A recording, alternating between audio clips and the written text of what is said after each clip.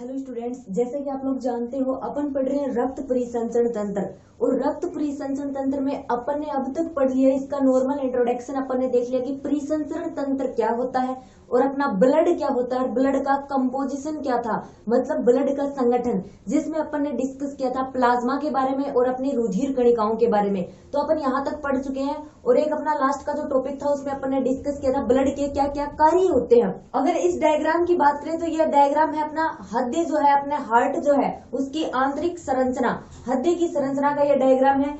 इस डायग्राम को समझने से पहले अपन अपने दो टॉपिक और क्लियर करेंगे, जिसमें फर्स्ट टॉपिक जो अपना होगा वो होगा रुधिर समूह यानी ब्लड ग्रुप का, और सेकंड टॉपिक जो अपना होगा वो होगा ब्लड क्लॉटिंग, मतलब रुधिर का थक्का किस प्रकार से बनता है, उसकी क्रियाविधि। दोनों ही इंपॉर्टेंट है अगर देखा जाए तो अपना जो ये रुधिर का थक्का बनने की जो प्रोसेस है ये तो अपने प्रैक्टिकल में है 12th में, और क्लॉटिंग से रिलेटेड जो अपना ये टॉपिक है इसके एग्जाम में आने के चांसेस है।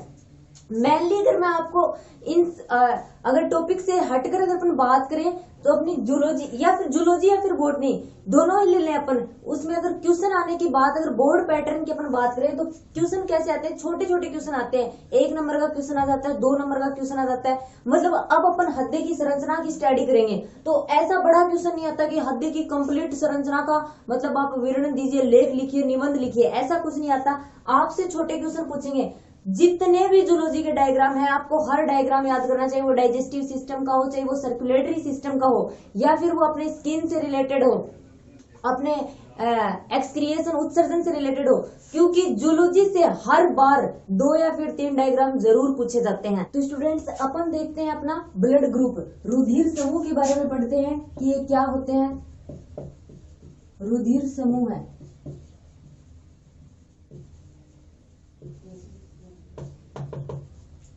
तो जैसा कि आप जानते भी होंगे भिन्न भिन्न मनुष्य जो होते हैं, अलग अलग मनुष्यों का ब्लड ग्रुप भी अलग अलग होता है। एक ही प्रकार का ब्लड सभी में नहीं पाया जाता है। और ये ग्रुपिंग किस आधार पे होती है अपने को ये देखना है। वैसे आपको इसके बारे में नॉर्मल पता है, फिर भी हम थोड़ा सा देख लेते हैं क्या होता है और इसमें किस प्रकार से ब्लड की ग्रुपिंग की गई है, कौन कौन से तंत्र जो होते हैं वो मानव में प्रेजेंट रहते हैं। इसमें होता क्या है, इसमें जो रक्ताणु होते हैं अपने ब्लड में अपने रक्ताणु पाए जाते हैं। अपन इसके ऊपर डिस्कस कर चुके हैं, कंप्लीट पढ़ चुके हैं रक्ताणु, श्वेताणु और प्लेटलेट्स के बारे में। जो अपने आरबीसी थी, डब्ल्यूबीसी थी और प्लेटलेट्स अपन पढ़ चुके हैं उनके बारे में। तो इसमें होता क्या है, ब्लड में जो रक्ताणु होते हैं उन रक्ताणुओं की सतह पर क्या उपस्थित होते हैं, प्रतिजन उपस्थित होते हैं, एंटीजन की उपस्थिति होती है। और इन्हीं एंटीजन और प्रतिजन के आधार पर ब्लड को कई समूहों में, कई वर्गों में बांटा गया है। ठीक है, ब्लड के जो रक्ताणु होते हैं उन रक्ताणुओं की सतह पर एंटीजन की उपस्थिति होती है, और उसी एंटीजन के बेस के ऊपर ब्लड जो होता है उसको कई ग्रुपों में बांटा गया है। अगर बात करें अपने ये एंटीजन या प्रतिरक्षी होते क्या है, तो प्रतिजन वो पदार्थ होते हैं जो किनका निर्माण करते हैं, प्रतिरक्षियों का निर्माण करते हैं। प्रतिजन प्रतिरक्षी पदार्थों का निर्माण करने का कार्य करते हैं। और मनुष्य जो होते हैं, मनुष्यों में एंटीजन के 2 प्रमुख समूह पाए जाते हैं, और वो कौन कौन से, एबीओ तंत्र और आरएच तंत्र। एबीओ और आरएच के बारे में आपने जरूर सुना होगा। सबसे पहले अपन डिस्कस करते हैं एबीओ तंत्र या एबीओ समूह क्या होता है। 2 है अपने, एबीओ तंत्र और आरएच तंत्र। सेकंड है अपना आरएच तंत्र। अगर अपन इसकी डिस्कवरी की बात करें तो सबसे पहले किसने बताया था, लैंडस्टीनर। किस में की थी, सन 19 में, 1900 के अंदर किस में की गई थी, मकाका रिसस नामक बंदर में। मकाका रिसस बंदर में इस एबीओ तंत्र की डिस्कवरी की गई थी। किसके द्वारा की गई थी, लैंडस्टीनर के द्वारा की गई थी। कौन सी सन में की गई थी, 1900। इसके अनुसार क्या होता है, एबीओ तंत्र में 2 प्रकार की प्रतिजन उपस्थित होती है, और वो 2 प्रकार की प्रतिजन कौन सी होती है, ए और बी। जैसे कि अपन जानते हैं ये अपनी प्रतिजन ए और बी होती है। ये कहाँ पाई जाती है, रक्ताणुओं की सतह के ऊपर प्रेजेंट होती है। ये किसकी बनी होती है, ये ग्लाइकोप्रोटीन की बनी हुई होती है। प्रतिजन के बाद में, एंटीजन के बाद में अगर अपन एंटीबॉडी की बात करें, प्रतिरक्षी की बात करें, तो अपनी जो प्लाज्मा होती है, अपनी प्लाज्मा में 2 प्रकार की एंटीबॉडी प्रेजेंट होती है, और उसे क्या बोला जाता है, उसे एंटी ए या फिर उसे ए बोला जाता है। ठीक है, या एंटी बी या बी बोलते हैं। ये 2 प्रतिरक्षीय एंटीबॉडी अपनी प्लाज्मा के अंदर प्रेजेंट होती है ब्लड में। और मानव जो होता है उस मानव में इन्हीं एंटीजन और एंटीबॉडी की प्रतिक्रिया के आधार पर जो ब्लड ग्रुप होता है वो 4 प्रकार का होता है। आपको पता भी होगा, नाम भी सुना होगा, वो कौन कौन सा होता है? Blood group A, blood group B, A B और ओ। ठीक है, A blood group, second B, A B और ओ। ये ब्लड ग्रुप जो है अपने ब्लड में पाए जाते हैं किसकी उपस्थिति के बेस पर? किसकी प्रतिक्रिया के बेस पर? एंटीजन एंड एंटीबॉडी की प्रतिक्रिया के बेस पर। अब इसमें अपन थोड़े से कॉमन क्वेश्चंस देख लेते हैं। सार्वत्रिक दाता की अगर बात करें अपने ब्लड ग्रुप में, सार्वत्रिक दाता कौन सा ब्लड ग्रुप होता है? ओ जो होता है यह सार्वत्रिक दाता होता है, मतलब हर किसी को ये ब्लड दे सकता है।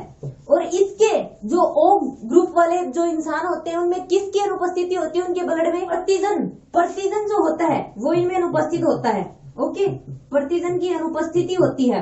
अपना सार्वत्रिक दाता और सार्वत्रिक ग्राही कौन सा होता है? सार्वत्रिक ग्राही मतलब हर किसी का ब्लड ग्रुप ये धारण कर सकते हैं। ग्राही मतलब ग्रहण करने वाले, दाता मतलब दान करने वाले।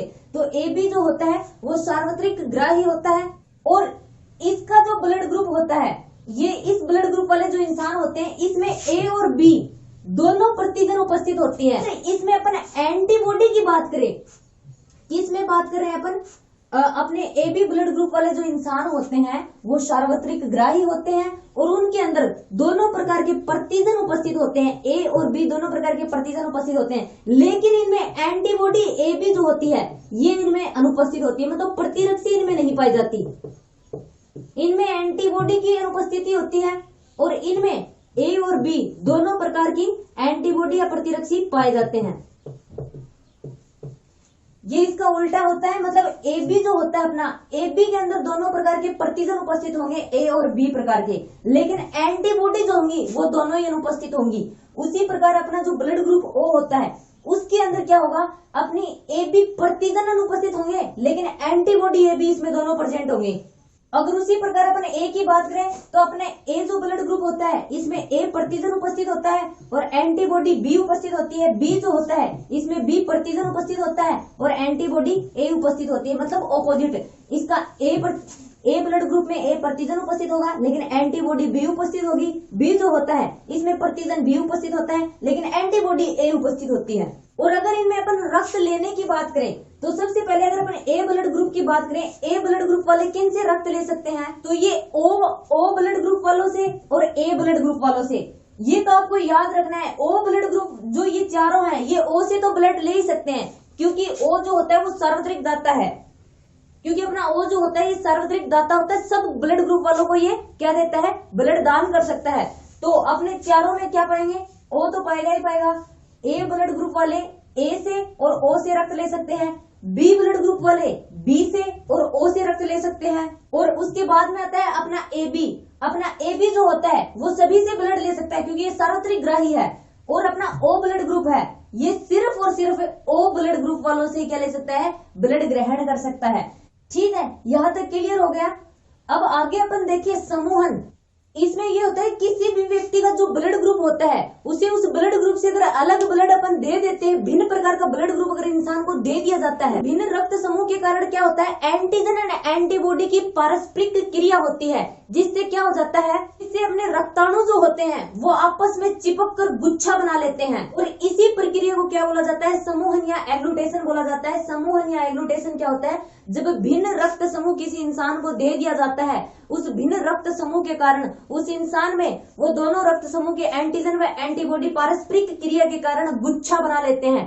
जो एंटीजन एंटीबॉडी के कारण जो अपने रक्ताणु होते हैं वो गुच्छा बना लेते हैं और इसी प्रक्रिया को क्या बोलते हैं? एग्लूटेशन या समूहन बोला जाता है। इसको अपन आश्लेषण भी बोलते हैं। तो इस प्रकार अगर बगैर जांच के अपन किसी भी प्रकार का रक्त अगर किसी इंसान को दे देते हैं तो एग्लूटेशन की प्रोसेस या समूहन की प्रक्रिया के कारण उस इंसान की मृत्यु भी हो सकती है। अब आगे अपन देखें, अगर रुधिर की वंशागति अपन देखें, रुधिर की वंशागति किस प्रकार से होती है? तो इसके लिए ब्लड की वंशागति को समझने के लिए अपन पहले एक सारणी बना लेते हैं।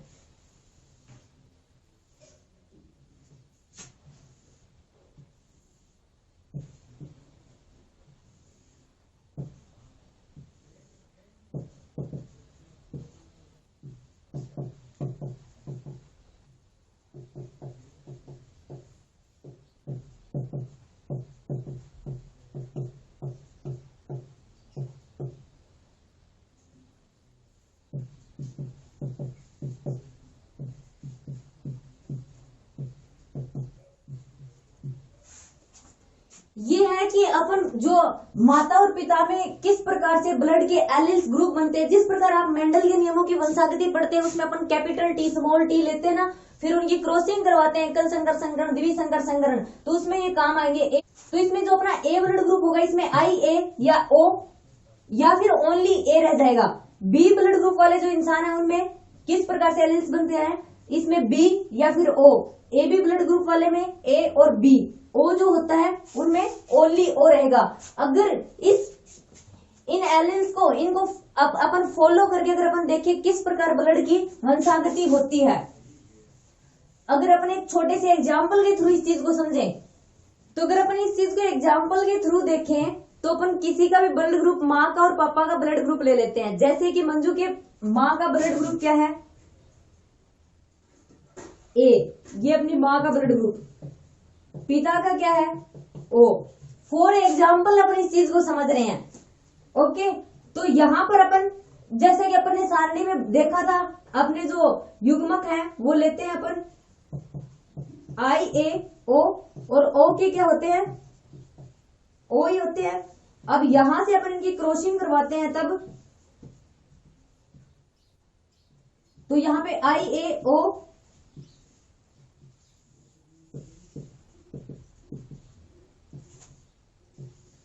यहां पर ओनली ओ आएगा अपने पास।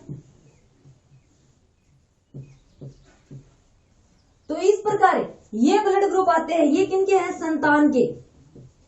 तो उसका ब्लड ग्रुप क्या हो सकता है, 50% चांस है कि उसका ब्लड ग्रुप ए भी हो सकता है या फिर उसका ब्लड ग्रुप ओ भी हो सकता है, ओके। या तो ब्लड ग्रुप ए होगा या फिर ब्लड ग्रुप ओ होगा। तो इस प्रकार आपको किसी का भी ब्लड ग्रुप दे दिया जाता है तो आपको ध्यान में रखना चाहिए इनके युग्मक किस प्रकार से बनते हैं, फिर अपन उनके ब्लड ग्रुप निकाल सकते हैं। ए के अपने ओ के साथ क्रॉसिंग करवाई तो अपने पास ए ब्लड ग्रुप आ गया, फिर से ए के अपने ओ के साथ करवाई तो अपना ब्लड ग्रुप ए आ गया। फिर अगर अपन ने ओ की वापिस ओ से करवाई तब अपना ब्लड ग्रुप क्या था, ओ, और यहाँ फिर से अपने पास ओ आ गया। मतलब 50% चांस है कि ब्लड ग्रुप ए आए और 50% चांस है कि ब्लड ग्रुप ओ आए। तो मंजू का ब्लड ग्रुप क्या आता है, ओ पॉजिटिव, रियल में ही ओ पॉजिटिव है। अब अपन देखते हैं आगे अपना जो नेक्स्ट टॉपिक है, अपन ने यहां तक डिस्कस किया है अपने एबीओ तंत्र के बारे में। अपन डिस्कस करते हैं अब आरएच तंत्र क्या होता है।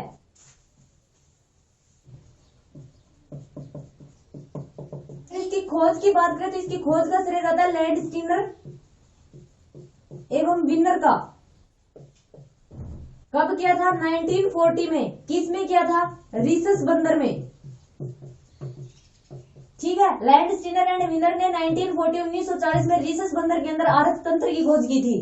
कि अपने जो रक्ताणु होते हैं, रक्ताणुओं के ऊपर आरएच एंटीजन की उपस्थिति के बेस पर इसको आरएच फैक्टर या आरएच कारक बोला जाता है। और जिन व्यक्तियों के ब्लड में आरएच जो रक्ताणु होते हैं उनकी स्तर पर आरएच फैक्टर प्रेजेंट होता है, आरएच एंटीजन की उपस्थिति होती है, उन्हें क्या बोला जाता है, आरएच पॉजिटिव बोला जाता है। और जिन व्यक्तियों के रक्ताणु की स्तर पर आरएच एंटीजन की अनुपस्थिति होती है उनको क्या बोला जाता है, आरएच नेगेटिव बोला जाता है। और अपना जो ये आरएच एंटीजन होता है, इस आरएच एंटीजन के विरुद्ध प्लाज्मा में प्राकृतिक रूप से कोई भी एंटीबॉडी नहीं पाई जाती है। और यदि अपन आरएच नेगेटिव व्यक्ति को बार बार आरएच पॉजिटिव व्यक्ति का रुधिर देते हैं, आरएच नेगेटिव व्यक्ति में आरएच पॉजिटिव के प्रति क्या बननी स्टार्ट हो जाती है, एंटीबॉडी का निर्माण होना शुरू हो जाता है। इस प्रक्रिया को अपन क्या बोलते हैं, इस प्रक्रिया को बोला जाता है आइसो इम्यूनाइजेशन, ठीक है। इस प्रक्रिया को क्या बोला जाता है, आइसो इम्यूनाइजेशन। इस आरएच जो अपना तंत्र है इससे रिलेटेड एक मेन डिसीज है, डिसऑर्डर है, आपने सुना भी होगा उसके बारे में, इंपॉर्टेंट है, एग्जाम में पूछ भी सकते हैं। उसका नाम है इरिथ्रोब्लास्टोसिस, इरिथ्रोब्लास्टोसिस फिटेलिस। और इसमें होता क्या है, ये होता है कि जो आरएच नेगेटिव माता होती है वो एक से अधिक बार आरएच पॉजिटिव गर्भ धारण करती है ना, तो इससे गंभीर समस्या उत्पन्न हो जाती है। क्योंकि अपना जो आरएच कारक होता है ना, वो आरएच कारक क्या होता है, वंशानुगत होता है, जिसमें अपना आरएच पॉजिटिव तो प्रभावी होता है और आरएच नेगेटिव जो होता है वो अप्रभावी होता है। और जैसे कि अपन जानते हैं जो कारक प्रभावी होता है वो नेक्स्ट पीढ़ी में ट्रांसफर होता है, इसमें ये होता है कि जो RH नेगेटिव माता होती है उसमें जो शिशु होता है वो अपने पिता से RH पॉजिटिव जो होता है वो कारक प्राप्त कर लेता है। और फिर क्या होता है, जब प्रसव के टाइम जो RH कारक होता है वो माता में प्रवेश कर जाता है शिशु से, और फिर जब माता में प्रवेश कर जाता है तो क्या हो जाता है, माता RH नेगेटिव थी तो उसमें क्या होता है, फिर RH एंटीजन के प्रति एंटीबॉडी का निर्माण होना शुरू हो जाता है माता के अंदर। तो ये एंटीबॉडी जो होती है ये स्टार्टिंग में ज्यादा नहीं होती है, इसलिए प्रथम शिशु जो होता है अपना प्रथम शिशु को कोई हानि नहीं होती है। लेकिन जब बाद में दूसरा गर्भ धारण किया जाता है उस टाइम क्या होता है, ये माता से अपरा यानी प्लेसेंटा के द्वारा, अपन जानते हैं प्लेसेंटा और अपरा के द्वारा शिशु जो होता है वो माता से जुड़ा रहता है। तो सेकंड गर्भ धारण के समय ये क्या करता है, अपरा या प्लासेंटा से माता से शिशु में चला जाता है, और फिर वो क्या करते हैं, शिशु में पहुंचकर शिशु के रक्त के जो रक्ताणु है ना उनका लयन करना शुरू कर देता है। और इसी प्रोसेस को क्या बोला जाता है, इसी प्रोसेस को इरिथ्रोब्लास्टोसिस फिटेलिस बोला जाता है। और इस रोग से ग्रसित शिशु को रीसस शिशु बोला जाता है। ठीक है, से बचाव का एक इलाज भी है कि जो प्रसव के 72 घंटे पहले एक इंजेक्शन लगाया जाता है, इंटरवोनेंस इंजेक्शन, जिसकी वजह से इस रोग से बचा जा सकता है। पर भारत में बात करें, भारत में लगभग 93% लोग RH पॉजिटिव है और 7% लोग RH नेगेटिव है। तो ये तो हो गया अपना ABO और RH तंत्र। आगे जो अपना नेक्स्ट जो अपना टॉपिक होगा वो होगा रुधिर का थक्का बनने की प्रोसेस या रुधिर का थक्का बनने की क्रिया विधि।